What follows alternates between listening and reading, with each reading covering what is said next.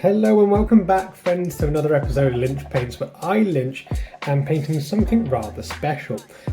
So this model was sent to me by a company known as Forge Path Terrain. I'll include a link for them in the description down below. And today we're going to be painting a leader for the Stygian Empire. So let's grab our paints and brushes and let's get started. But of course, before we dive straight in painting this epic looking model, we're going to need a selection of paints, and these are the ones I have used today. Alongside that, I have used a large fluffy brush, a medium sized brush, a finer detail brush, and a teeny tiny brush for those teeny tiny places. So our first step is to prime the model in a black acrylic primer. And then what I'm going to do is I'm going to focus on the armour first. So I'm going to grab some of this brass scorpion, and then with a medium-sized brush I'm just going to give it a heavy dry brush just over the armour plates. And then what we'll do is that we'll build up to a lighter gold afterwards, and then give it a dry brush with some silver just to add in a bit more weathering to it.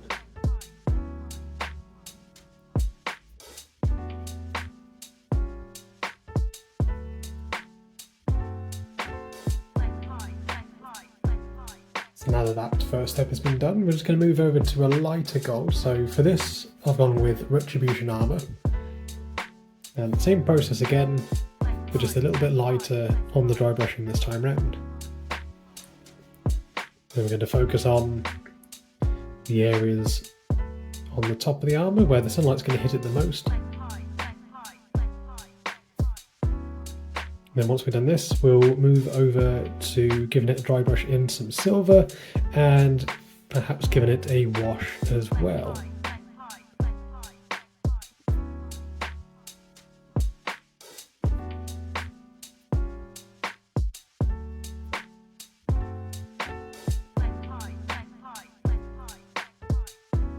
So now that our big lad is nice and golden, we're going to move on to the next stage of the armour, which is to add a light dry brush of silver. You can, if you wanted to, either give it a wash now with a brown coloured wash and then dry brush the silver on top, or you can do it like I'm doing at the minute, which is giving it a dry brush first and then giving it a wash afterwards. It doesn't have a great deal of an effect one way or the other. It just means that the silver highlight the silver dry brushing that we're doing at the minute won't be as vibrant as if we were to do it after applying the wash, because it does take a little bit of the shine out of it. But if you're happy with it, then that's fine, you can leave it as is. But if you want it a little bit shinier, you can always apply a second dry brush just over the top, just to bring some of the shine back in. Okay, so next up we're going to be looking at the cape that he's got, and I think that we should do it in a nice deep red. So we're going to want to grab some black, and we're going to want to grab, of course, some red. So we're going to mix it from starting with a dark red and then building all the way up to a lighter, sort of more vibrant red. So we want to take probably a 50-50 mix of the black and the red. Fill our paints down with a little water. And then we're going to start to apply the first coat. And then what we'll do is that we'll just blend our way up to the desired colour that we want at the end.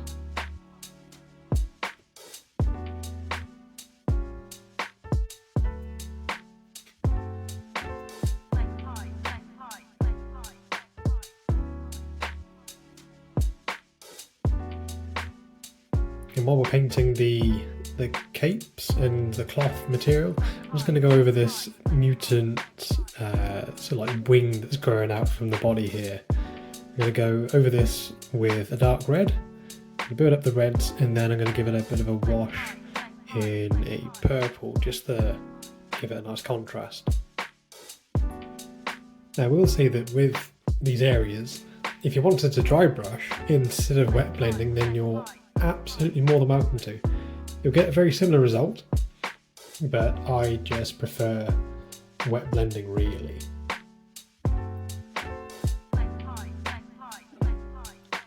So now just to finish off, I'm just going to take a smaller brush and I'm just going to pick out just a couple of areas just to highlight the cloth, just to make it stand out just a little bit more. So I've changed my mind about the wing that's growing out the back. Instead of opting for a purple hue, I'm going to build up the colours of the red and then introduce a bit of yellow into it and trying to make it like a nice bright, vibrant orangey red instead.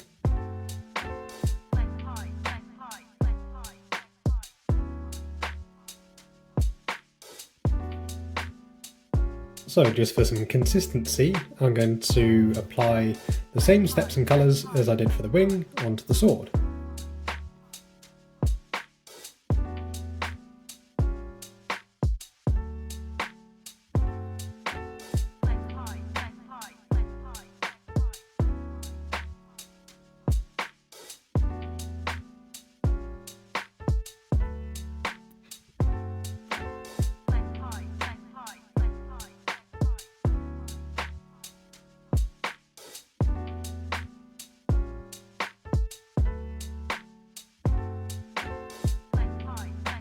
Okay, so that's the sword done. I thought I'd go for like a demonic flame sword, just because it looks so warped and distorted.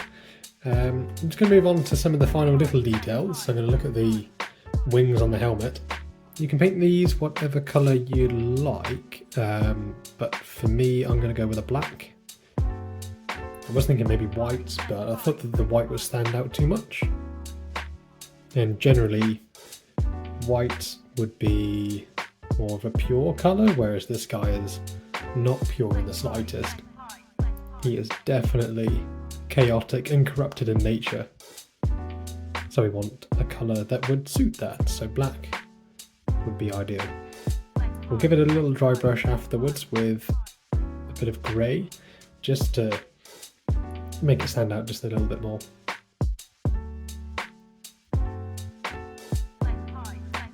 So we're moving on to our last step before we move over to the base. Now we're going to be looking at the eyes, and at this stage if you like to keep them dark and mysterious then you can do, you can move straight over onto the base.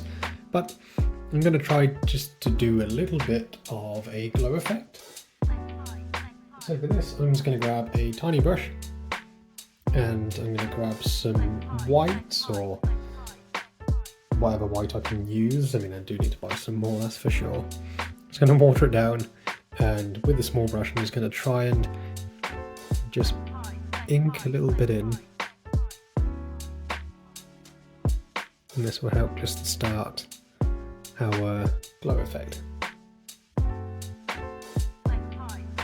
So we're given a little bit of time just to allow the white to dry, and then we're going to take our lovely yellow, a teeny tiny brush, and we're going to just water it down so it's like a glaze or a wash, and we are just going to introduce it into the eye sockets and around where we've dry brushed.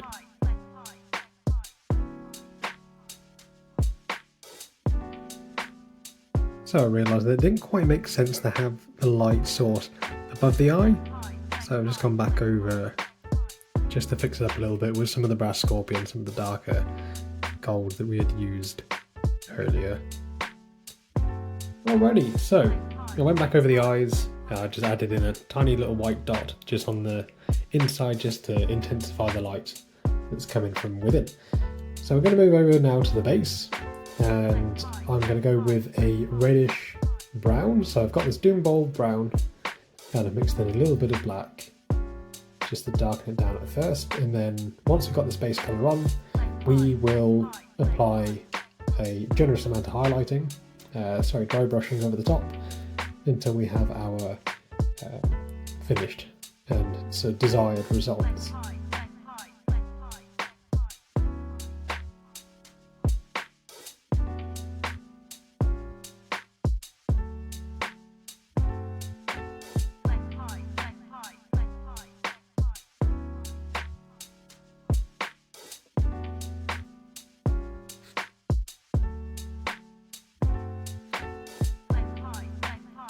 So here we are at the end. So we have our main leader alongside his personal bodyguard.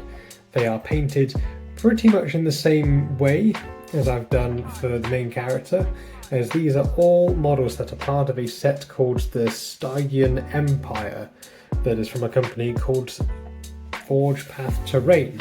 I will include a link down below for their Instagram page as well as their Kickstarter. They have a lot of campaigns running at the minute, so if you want to check them out, then do click the link down below. They have a very wide range of fantastic sculpts for your fantasy games, so D&D. They also have some brilliant looking sci-fi characters as well, with just massive guns and armor, and it all looks fantastic. Really worth checking them out, and check out their latest Kickstarter campaigns as well.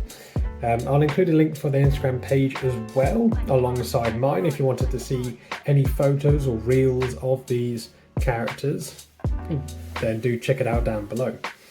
If you want to support me a little bit further, then I do have a link for my coffee page as well. If you like to just chuck me some change, just enough for a coffee, that would be amazing.